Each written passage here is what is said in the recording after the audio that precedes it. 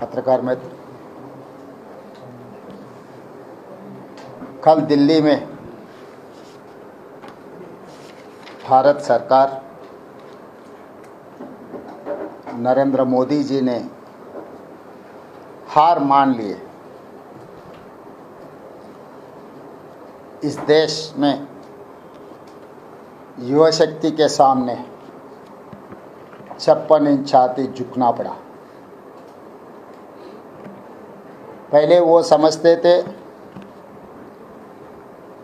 सबसे ताकत वाला 56 इंच छाती इस देश में, मगर अगर 2014 से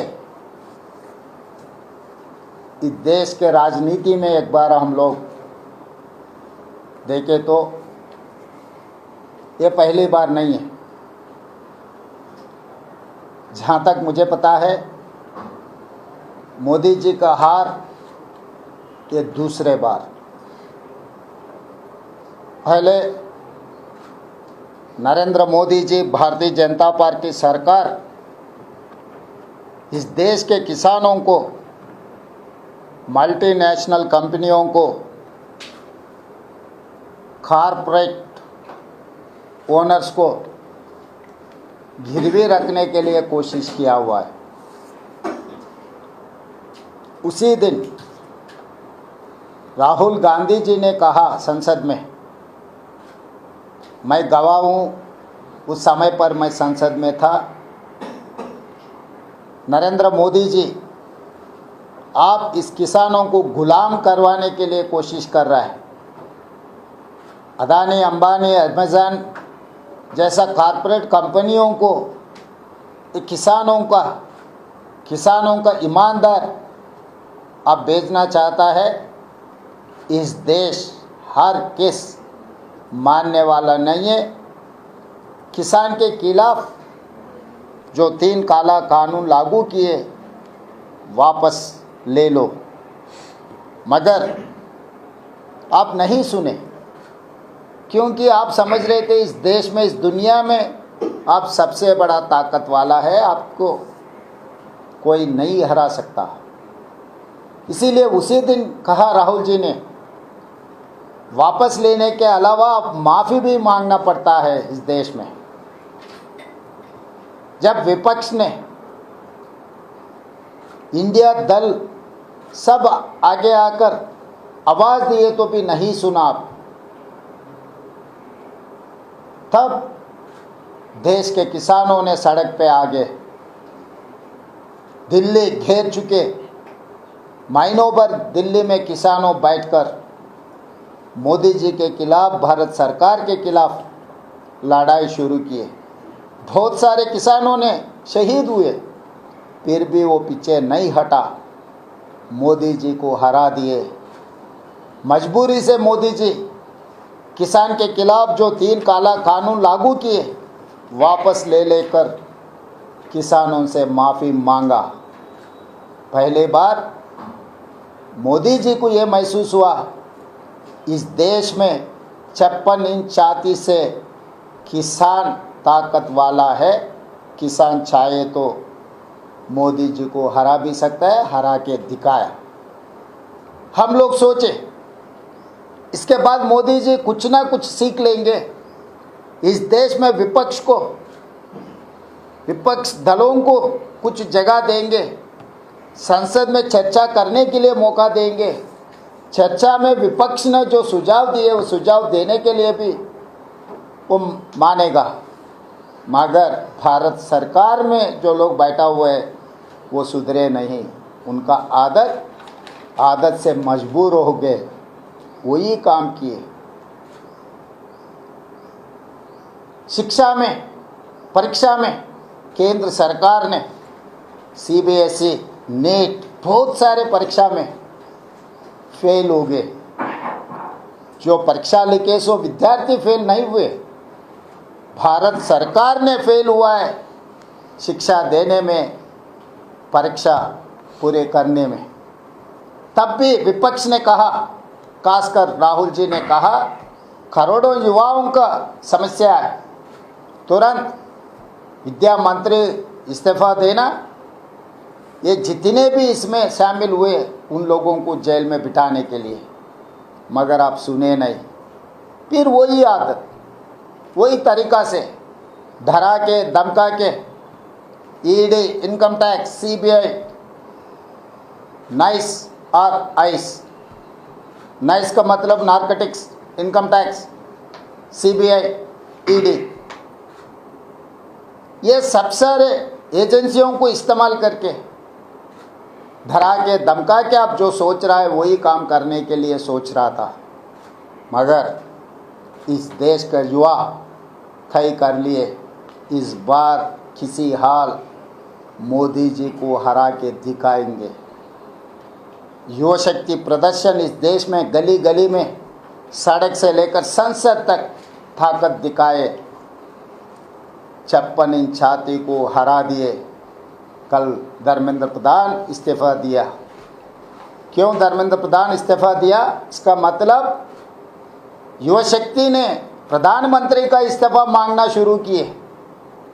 जब प्रधानमंत्री का इस्तीफ़ा के बारे में जब चर्चा शुरू हो गए, तब प्रधानमंत्री ने ये सोचे ये बेहतर है धर्मेंद्र प्रधान को इस्तीफ़ा दिलवा देंगे।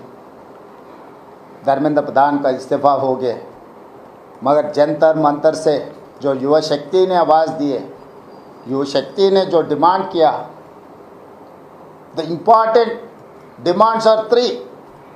One is Dharmendra Pradhan resignation, 2 बच्चों के खिलाफ जितने भी क्रिमिनल केसेस लगाए वो केसेस हटाना, 3 नीट एग्ज़ाम में जो परिवार उनके बच्चों को खोया वो परिवारों को केंद्र सरकार से मदद मिले। और राहुल जी ने ये मांगा मोदी जी का माफ़ी। और 3 मुद्दे बाकी है। मोदी जी ये 3 मुद्दों के लिए दूसरा आंदोलन के लिए मजबूरी मत करो। 3 का 3 कल के अंदर अब लागू कर दो, क्योंकि अभी युवा शक्ति को पता लग गए जब दल ने फेल हो गए, दल की बात अब नहीं सुने, आपके अलायंस पार्टनर्स के बात नहीं सुने, तब युवा शक्ति सड़क पे आ जाएंगे। जन जी आपके खिलाफ लड़ने वाला है। आज जन जी का राज है। ये युवा शक्ति को हम चैनलाइज करना, इस देश का शक्ति, युवा शक्ति, जन जी का शक्ति हम देश के भविष्य के साथ जोड़ना है। विकसित भारत 2047, सबके साथ सबका विकास, ये सब सारे नारा से कुछ होने वाला नहीं है। आज दुनिया में 21 साल के बच्चा IAS, IPS, unicorns, Fortune 500 companies का CEOs सब कुछ बन रहा है। उनका शक्ति, उनके नॉलेज सब कुछ दिखते आ रहा है। फिर क्यों राजनीति में नहीं? आप इतिहास देखो, जिस दिन आज़ादी मिले 70 साल पहले, जब पढ़े लिखे लोग देश में कम थे, जब कानून संविधान ने ये बनाया 21 साल को वोट हक दो, 25 साल असेंबली और लोकसभा में चुनाव लड़ने का, काउंसिल एंड राज्यसभा 30 साल का कानून बनाया। 70 साल के बाद 40 करोड़ जनता 140 करोड़ हो गए। आज हिंदुस्तान में कोने कोने में, गली गली में स्कूल्स आ गए, एजुकेशन आ गए, जनता ने इंटेलिजेंट हो गए। आज के तार्किक में आर्टिफिशियल इंटेलिजेंस ज़माने में आ गए। हर चीज़, हर मिनट, हर सेकंड हमारा युवा शक्ति देख रहा है, सोच रहा है, काम में लग गए। तो कानून बदलने का समय आ गए। जब कुछ विचार के समय आ गए, दुनिया में कोई ताकत नहीं रोक सकता है। अभी युवा शक्ति ने सड़क में लड़ने से छोड़कर संसद में आने के लिए वो तैयार हो गए, वो आना चाहता है। इसीलिए तेलंगाना राज्य का मुख्यमंत्री पोजीशन से मैं ये सुझाव देना चाहता हूँ, आप सुनो, सोचो, कानून बनाओ, क्योंकि ये युवा शक्ति देश का भविष्य है। ये युवा शक्ति को पॉलिटिकल सिस्टम में अगर लेकर आए तो इस देश का भविष्य बदलने वाला है, दुनिया में सबसे ताकत का देश बनने वाला है। इसीलिए मोदी जी, जब राजीव गांधी जी ने 61st कॉन्स्टिट्यूशनल अमेंडमेंट से 21 इयर्स एज वोटिंग राइट ही हैज रिड्यूस्ड टू 18 इयर्स, बाद में PV Narasimha Rao ji 73-74 constitutional amendment कर दे के local rural bodies, local urban bodies में 25 years of the age for contest 21 years बना दिए। त्रिवेंद्रम मेयर 21 इयर्स कंप्लीट होते ही बनाए। तो इसीलिए आज IAS, IPS, unicorns, corporate companies, municipalities, corporations, mayors, zila parishad chairpersons जब चलाने के लिए हमारे युवा ने कामयाब हो रहा है, क्यों असेंबली में अभी भी 25 साल कानून ऐसे रखना। इसीलिए हम लोग August is miracle month in this country. इस देश को, इस देश जनता को आज़ादी मिले 100 महीना है।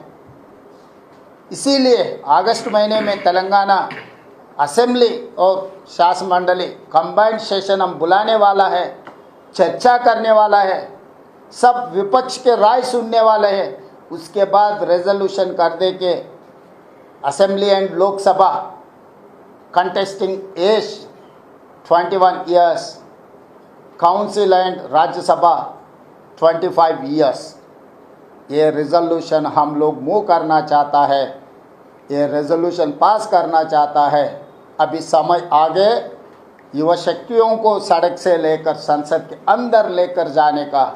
इस देश का भविष्य उन्हीं लोगों के हाथ में है। जेनजी आज हम जो कानून बनाया वो कानून देखने के लिए नहीं बैठना चाहता है। They wanted to make laws, they wanted to implement laws. So we have to facilitate them. We have to accommodate them. They are the future of this country. जो इतिहास है मोदी जी का, उनका कोई भविष्य नहीं है। जिनका भविष्य है उनको मौका दिए तो अपना नाम, अपना काम देश के जनता याद रखेंगे। आप ये मत समझो हम जो भी बोले विपक्ष को डरा देंगे। ED, income tax, CBI, narcotics, कोई भी एजेंसी से, मगर ये युवा शक्ति को आप नहीं डरा सकते। आपका कोई ताकत नहीं रोक सकते। अभी समय आ गए, वो समय पर हम लोग कानून बनाने का बहुत ज़रूरी है। ये मुद्दों को हम आगे लेकर जाना चाहता है। इसीलिए प्रधानमंत्री जी से मेरा एक ही गुजारिश है, सुनो आपके पार्टी में, आपके सिस्टम में आप जो बोलेंगे वो सुनेंगे, क्योंकि आप मन की बात हमेशा ऑल इंडिया रेडियो में बोलते रहता है। रेडियो का आदत है बोलने का, सुनने का कुछ नहीं है। मोदी जी भी ऑल इंडिया रेडियो जैसा है, बोलने का आदत है, सुनने का कोई आदत ही नहीं है। अब सुनने का आदत भी पड़ेगा, क्योंकि देश बदल रहा है। देश मोदी के खिलाफ लड़ना शुरू किए। बीजेपी का आदत है, बीजेपी के खिलाफ कोई भी बोले तो देश के खिलाफ बोल रहा है। नहीं, ये तो अर्बन नक्सलाइट्स, नहीं, इनको इनके पीछे विदेशी शक्ति है। और किसी का वो विपक्ष को छोड़ा नहीं, युवा शक्ति को छोड़ा नहीं, किसानों को भी छोड़ा नहीं। मगर आप कुछ भी इल्ज़ाम लगाने के लिए कोशिश करो, उससे कोई फ़ायदा नहीं है। हार मांगना पड़ता। कम से कम अब आने वाले सेशंस में आप seat enhancement, delimitation and women reservation, ये बिल्स आने का चर्चा होते जा रहा है। इसमें ये भी लगा दो, चर्चा में बिल इंट्रोड्यूस कर दो। ये 4 मुद्दों की एक ही साथ में चर्चा करो, 4 मुद्दों को एक ही साथ लो। इसके लिए अगर आपको डेमोक्रेसी के ऊपर भरोसा है तो जेपीसी बनाओ, सब विपक्ष दलों से सुझाव ले लो, स्टेक होल्डर से भी चर्चा करो, एक अच्छा कानून बनाएंगे। इस देश भविष्य के लिए ये बहुत ज़रूरत है।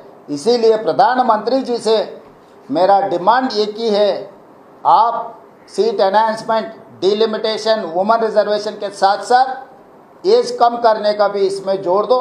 इस हिसाब से हम असेंबली, लोकसभा, राज्यसभा, जहाँ पर भी इलेक्टोरल प्लेटफॉर्म से हर जगह में चर्चा होना, चर्चा के बाद जो जनता की आवाज़ जो है ये आज हम लोग तय करना।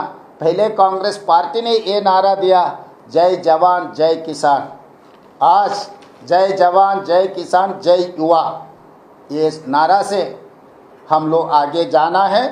कांग्रेस पार्टी ने ये मुद्दा लेकर आगे जाएंगे, जय जवान जय किसान जय युवा। अगर युवा के साथ आप लड़ना है तो आपको तो पता लग गए, कल जंतर मंतर में तारीख गवाह है, आगे आप लड़ना है तो हमको कोई एतराज़ नहीं है, लड़ो युवा से, कौन हारेगा कौन जीतेगा समय आपको रिजल्ट देंगे।